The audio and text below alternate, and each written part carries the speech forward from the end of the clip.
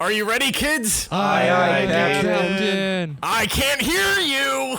Aye, Captain. I said aye, Captain. God damn it. Today, we are doing top 10 SpongeBob episodes, and we've got quite the eclectic panel joining us today. Our special guest, our guest of honor, you know him from So Far So Good, a veteran of Duel of the Takes. It is Nicholas Rohrman. How's it going, man? Hello, everybody. I'm doing pretty well. How are you? We also are joined by another special guest, Nick. We've got Nicholas Alexander from the Scary Box. Say hello, Nick. Hello, hello. As SpongeBob would say, I am ready. I'm ready. I'm ready. Or as Patrick would say in the SpongeBob film, I am ready to party till I'm purple. Let's rock, Nate. Specials count, movies don't. You got that, Alden? You cannot have SpongeBob SquarePants the movie as your number one. That's cheating. Okay.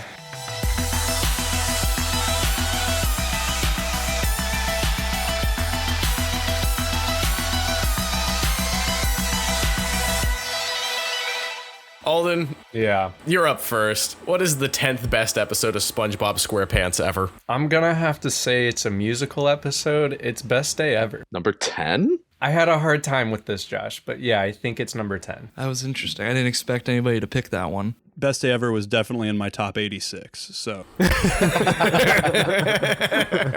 But my number 10 is the season 1 episode SB-129. That is when Squidward goes to the future. The future! That's a wild episode to be in season 1. I have a theory. I have like a question I want to get to ask you guys. So Hey, this isn't the Scary Box podcast. Get your conspiracy out of here. That's just a theory, a SpongeBob theory. Thanks for watching.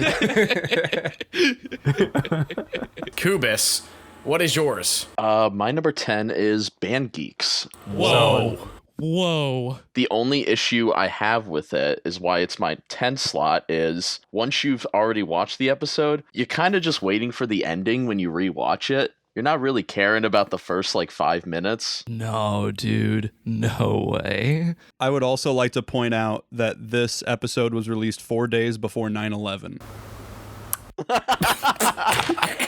Whoa. Okay, all right. And in the episode, the flag twirlers... Oh, yeah, they crash and explode.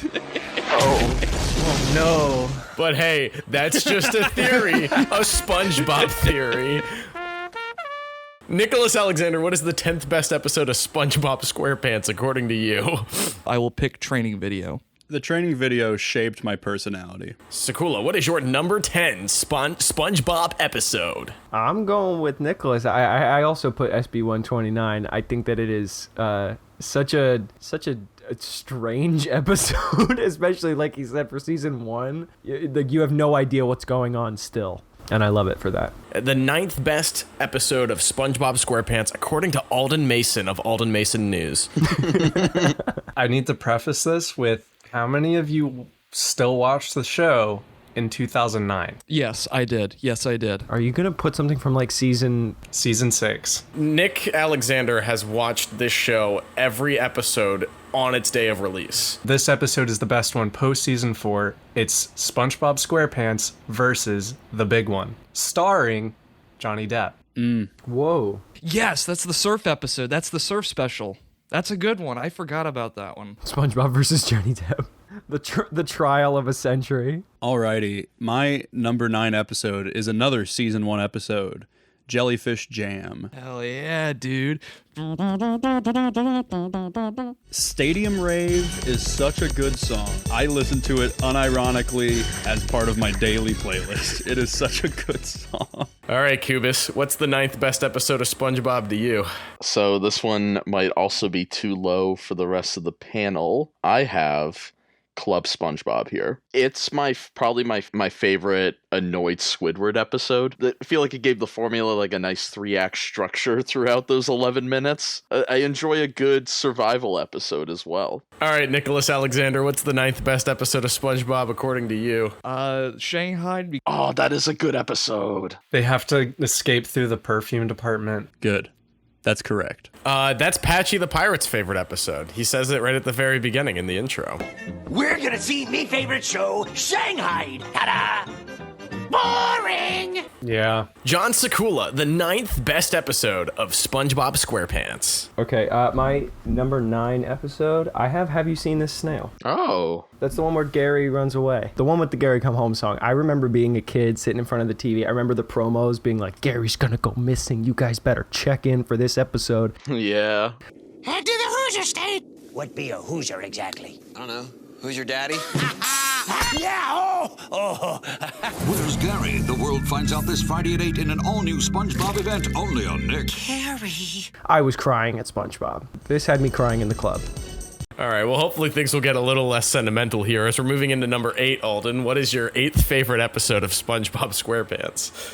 My 8 is Chocolate with Nuts. It's a good episode. As it's got great elements. There's a few jokes in there that are absolutely hilarious. But as a whole episode, I don't know if it's as strong as some of them. Yeah, I don't even have it on my list, but it's good. I have it on mine. It's a little bit higher. Yeah, I don't have Chocolate with Nuts on my list, and I also don't have Band Geeks on my list. Interesting.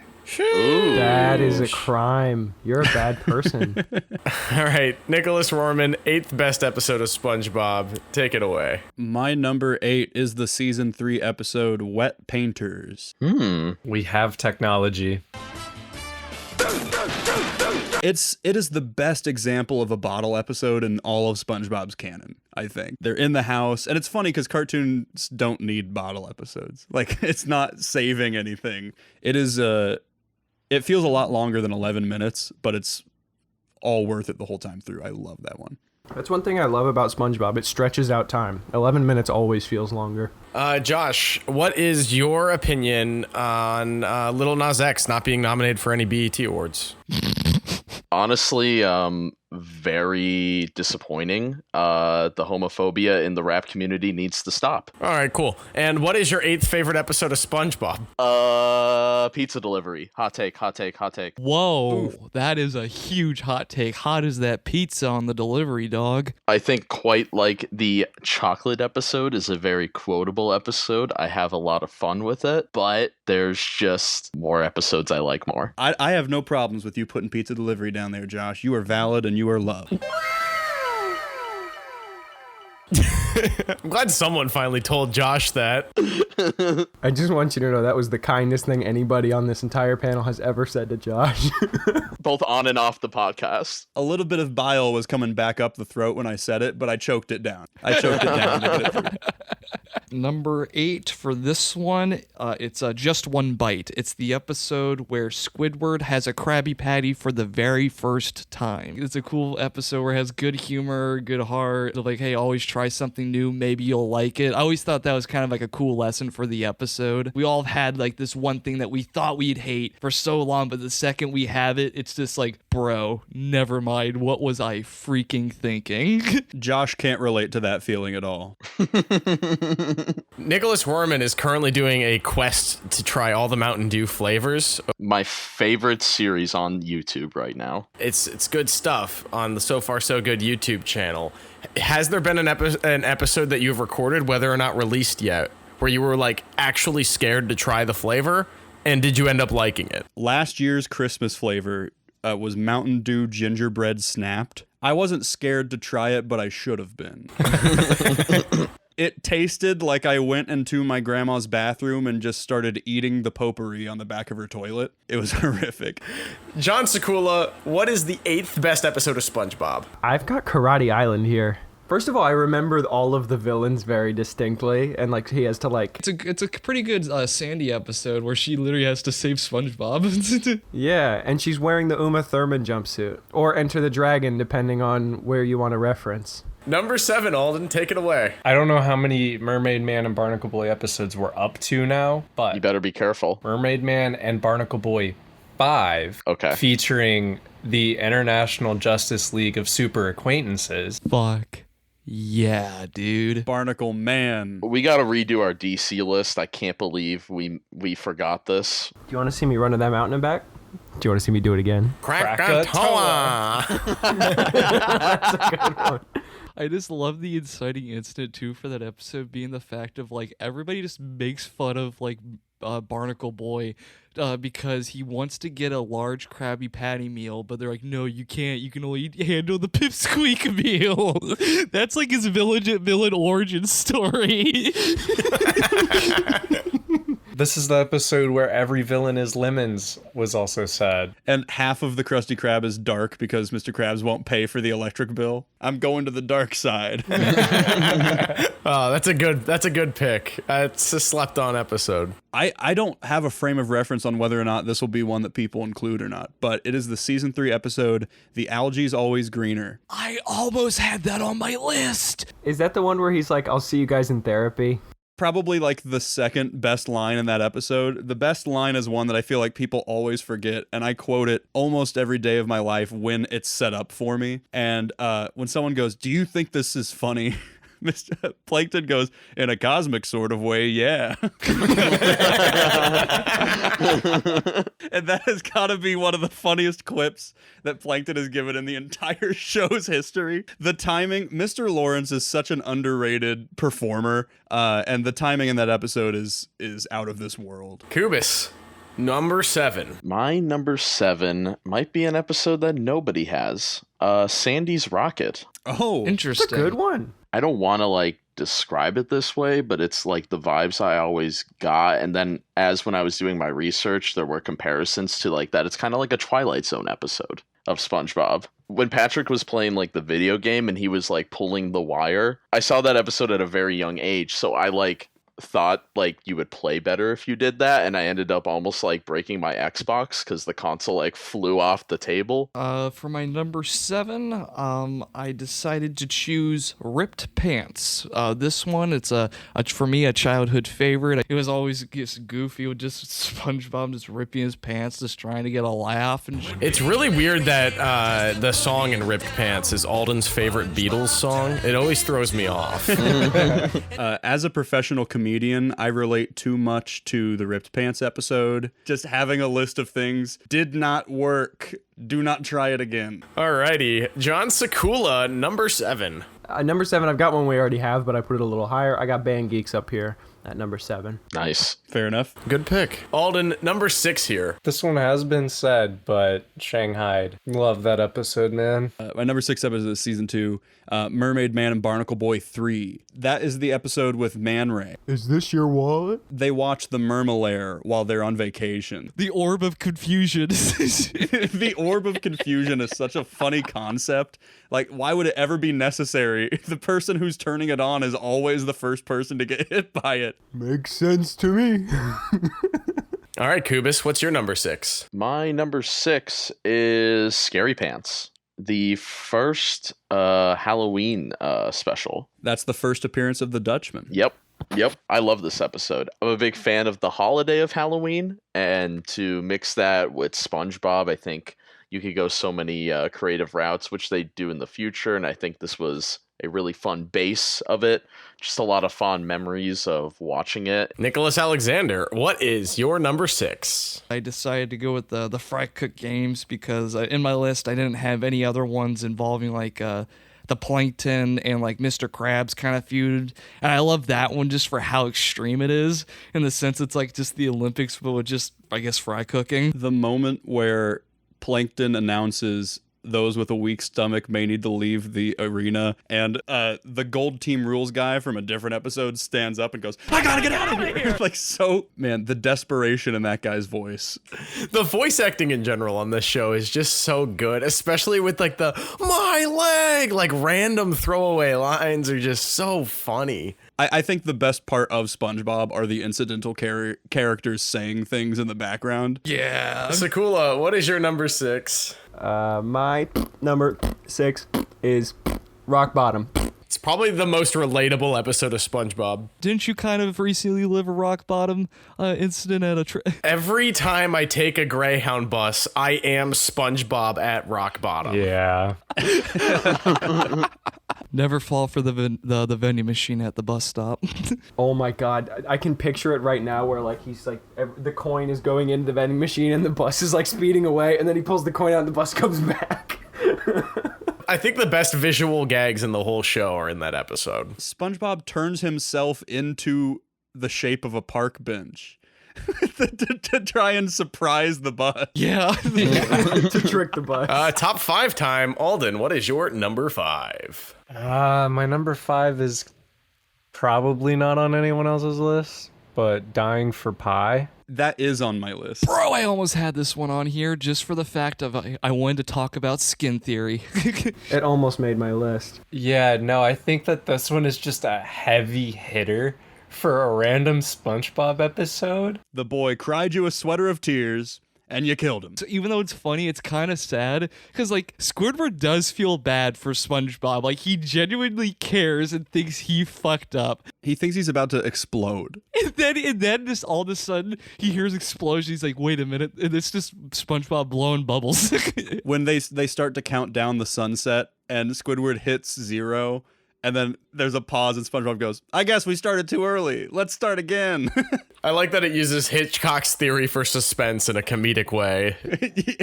Yeah. Rohrman, number 5. My number 5 episode is the season 2 Patty Hype, the Pretty Patties episode. My favorite interaction from that is the first guy that tries to buy him from SpongeBob. And after he gives the whole spiel, he just goes, that thing's green. And he starts laughing.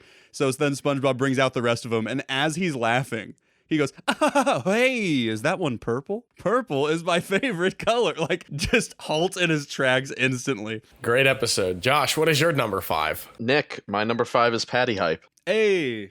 Hey, look at us. Just like it's such a clear example of a SpongeBob episode that like I think it's a really good gateway SpongeBob episode actually. It's in a weird time where like the Krusty Krab is dead. Like no one's coming into the restaurant, but I feel like for a lot of the other episodes, like there's always at least 1 or 2 people. And it's like one of the few episodes where like the Krusty Krab is in like a dead zone of like business. They have one potential customer that shows up who is dying of starvation. Oh, yeah. And he crawls forward and they say like, here's a Krabby Patty. And the guy goes, oh, Krabby Patty. And he goes, yes, sir, finest in the land. And he goes, yeah, but where's the pizzazz? What's the theme here? Underwater? It's boring. Watching Avatar 2 be like... Watching the sequel trilogy be like... Yeah, what's the theme here? Tatooine? All right, Nicholas Alexander, what is your number 5? For my number 5, we said this one earlier with Alden. It is chocolate with nuts. It's also the one thing I love about the guy that keeps scamming. Every morning I break my legs. Every afternoon I break my arms. It's Jeremy Renner filming Tag. I have glass bones and paper skins. Would you please like to buy my chocolate bars? I would also like to point out the last part of that glass bones and paper skin monologue, which a lot of people forget, is at night I lay awake in agony until my heart attacks put me to sleep. Oh yeah, I forgot about that one. Sakula, what is your 5th favorite episode of SpongeBob? I got another one that we already mentioned. My 5th favorite episode is Pizza Delivery. Pizza Delivery, Jesus Christ. I'm completely 100% sober, you guys. I'm sorry. It's a long day. A lot of cleaning. Crab pizza is the pizza for you and me. Krusty Krab, pizza. I'm pretty sure my Game Boy Advanced was Jellyfish Jam and Pizza Delivery. I think those are the 2 episodes that were on my Game Boy. Alden, did you watch Shrek 2 on your Game Boy?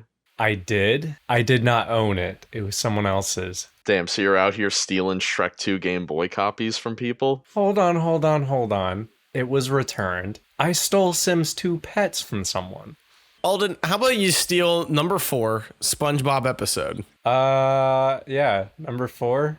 Fun. It is, I believe it's the first musical episode. Nicholas Rohrman, the 4th best episode of SpongeBob to you. My episode 4 is Pizza Delivery. Everything there, it is a character study, more so than most episodes of SpongeBob. Yeah. I think my favorite part of the episode is when he won't let go of the pizza during the storm, and when Squidward says he doesn't care about the customer, the storm pauses. Squidward. It's funny how much workplace humor there is within a show that is targeted to people that don't work. Yeah, look what happened to me in Alden. Yeah, still not working. Interesting. The conclusion of the episode, though, is also so, like, wholesome. I think Patrick's just a sociopath. Yeah. Oh, yeah. A sociopath who's also dumb, which is not a good combo. Speaking of sociopaths that are dumb, Josh, what is your number 4?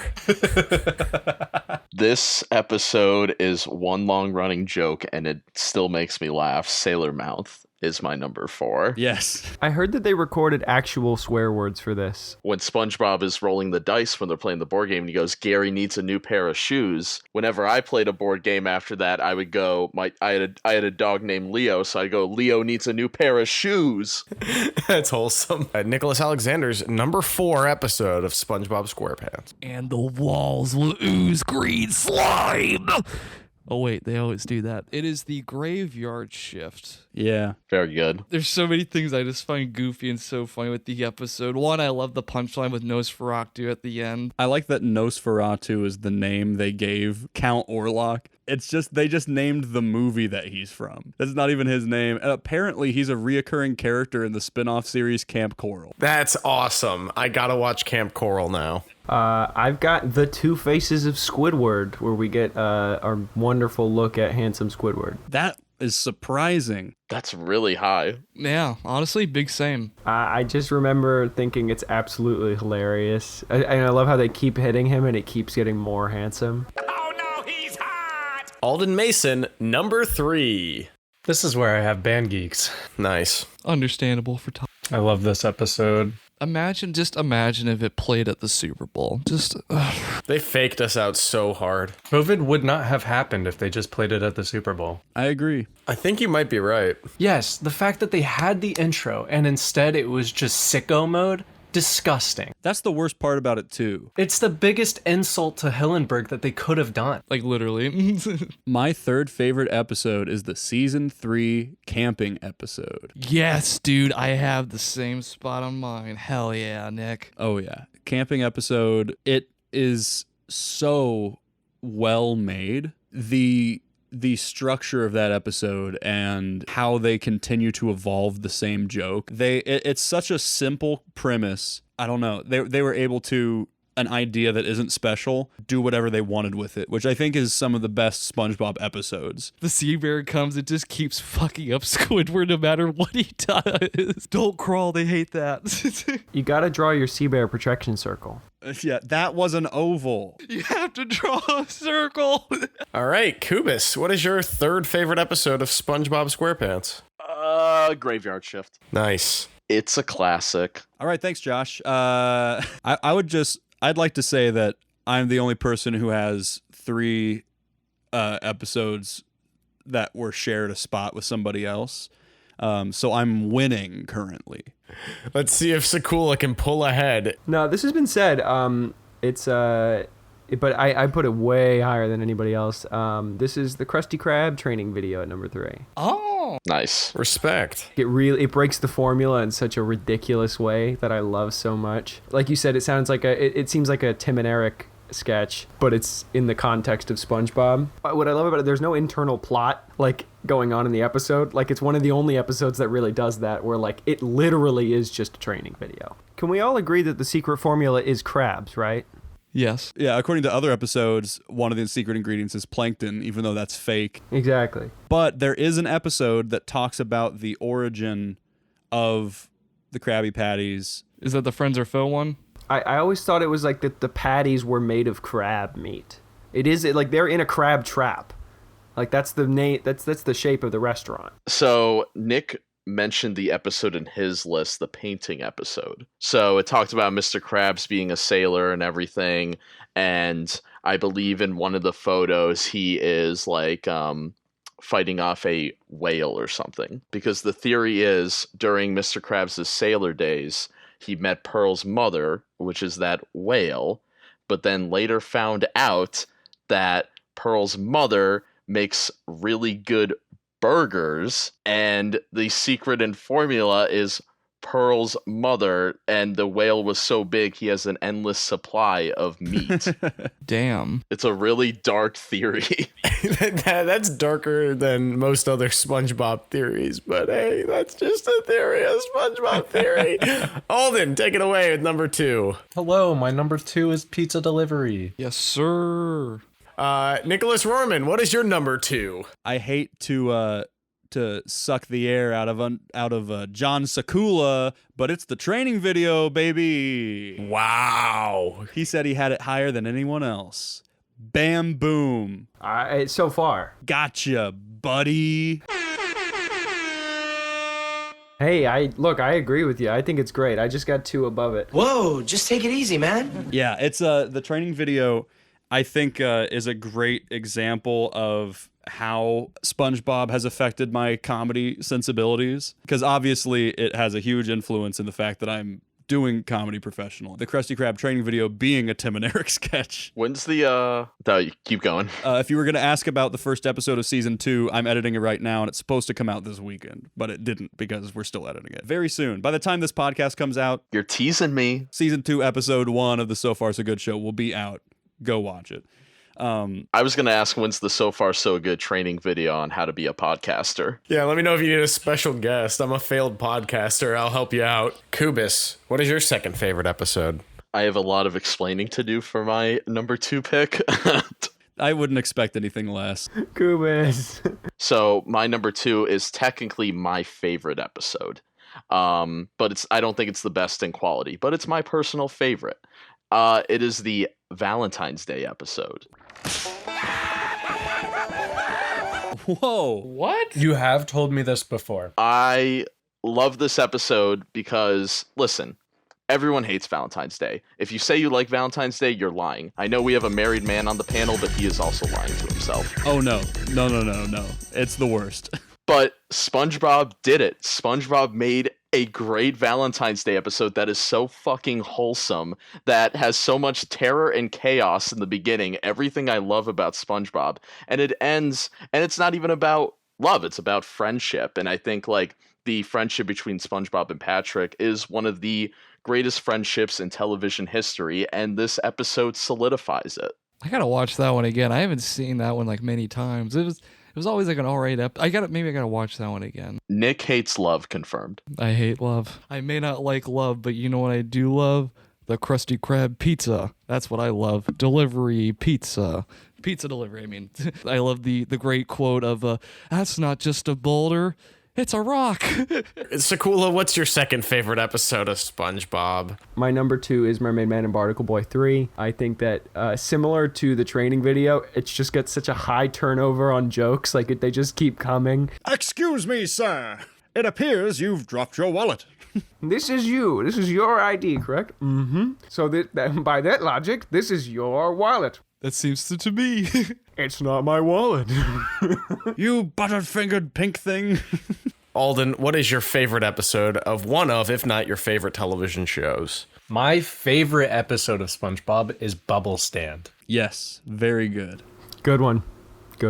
And SpongeBob blows the bubble of the elephant, and Patrick's just giggling, laughing the whole time, and it's a giraffe, and I lose it. I absolutely lose it. I couldn't stop laughing for probably 10 minutes. Like, the episode ended. It caught me off guard. I don't know. It was probably the 20th time I've seen the episode, too. And it happens every single time. Nicholas Rohrman, has your favorite episode been mentioned yet?